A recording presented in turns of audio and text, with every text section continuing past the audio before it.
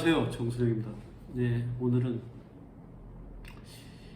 이제 연말이잖아요. 연말이면은 대부분 기업에서 이제 그룹사에서 우리나라 대기업들이 대부분 다 연말에 이제 그룹 인사 이동이 다 있게 되죠. 그래서 그러면 이제 신문에 그런 인사에 대한 기사들이 주로 많이 나오는 것 같아요. 뭐 30대 상무가 되었다, 뭐 40대 부사장이 되었다. 그리고 요즘은 또 이제 여성인재에 대한 긍정이 많기 때문에 여성인재 중에 뭐 삼성의 사장이 나왔다, 이런 식의 기사들이 많이 나오게 됩니다. 근데 사실 이런 기사들 사이에 숨어있는 얘기를 여러분들이 좀 아셔야 되는 것 같아요. 그 30대 상무가 나왔다는 얘기는 뭐냐면, 자, 40대, 50대에 있는 지금 상무들의 대부분은 아마 집으로 간다는 얘기가 되겠고요. 40대의 부사장이 된다는 얘기는 50대, 60대에 있는 사장, 부사장들이 대부분 다 집으로 간다, 그런 얘기입니다. 그러니까 세대가 교체되고 있다, 그렇게 얘기한다면 맞을 얘기입니다. 그러니까 세대가 교체되고 있기 때문에 누군가는 새롭게 중요 보직에 대해서 가지고서 올라가는데 누군가는 짐을 싸서 집으로 가게 되는 이런 일들이 벌어지는 겁니다.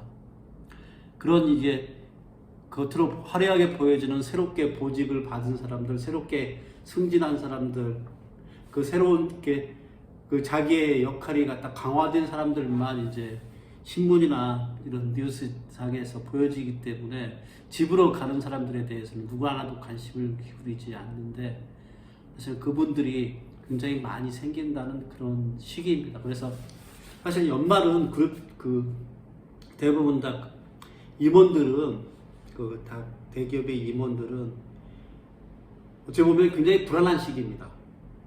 뭐 승진이라는 걸 하기도 하지만 집으로 갈 수도 있기 때문에 굉장히 불안한 시기고요. 특히 나이가 많은 임원들 같은 경우에는 그 불안해서 밤점을 못 이루고 있는 임원들이 굉장히 많이 있을 시기입니다. 그래서 연말연시는 가난한 사람, 나이 많은 사람, 이런 사람들이 좀 마음을 둘 곳이 없는 그런 세상이 되는 것 같습니다. 그래서 이 연말연시가 결국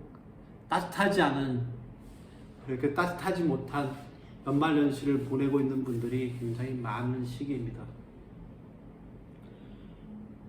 기업에서는 이제 새롭게 신과 부가, 그러니까 부세력의 기존에 있는 기득을 가지고 있던 세력들은 나가고 새로운 사람들이 와서 그 자리를 대체하는 이런 신구에 대한 변화가 일어나서, 그래서 내년도에 새로운 준비들을 해나가야 될 시기가 바로 이 연말 이때입니다.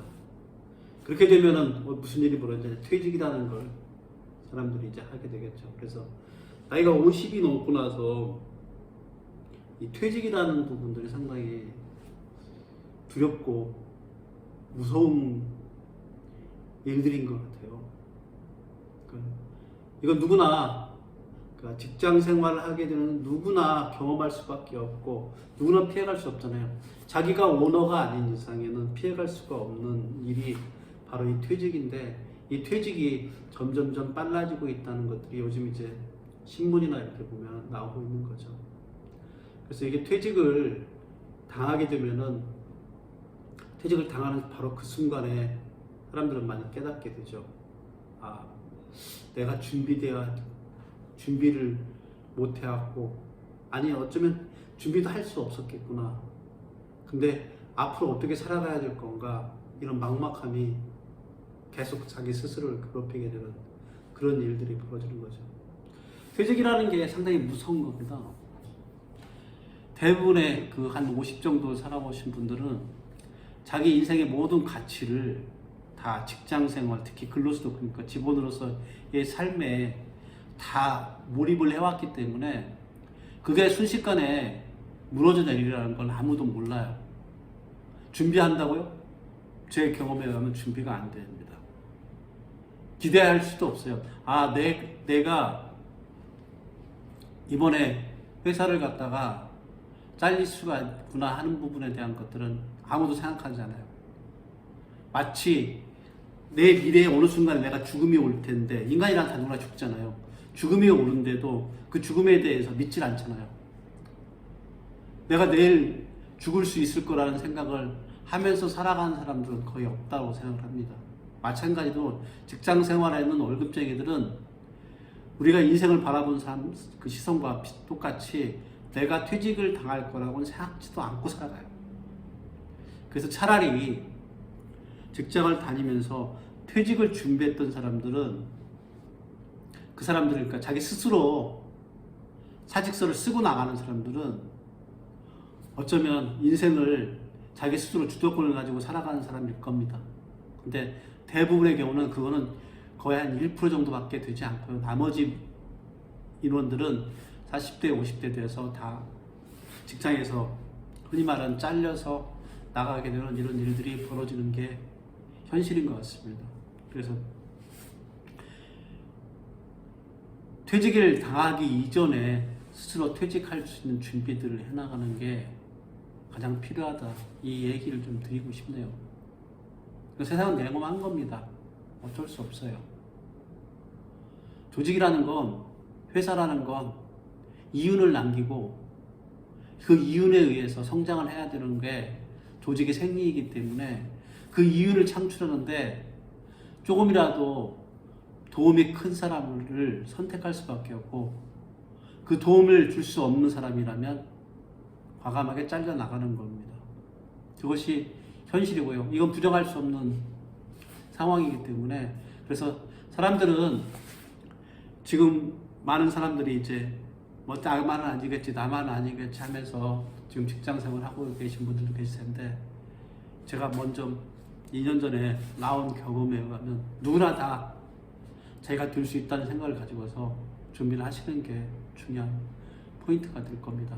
그래서 직장 생활 스스로 그만두는 게 저는 가장 정답이라고 생각합니다.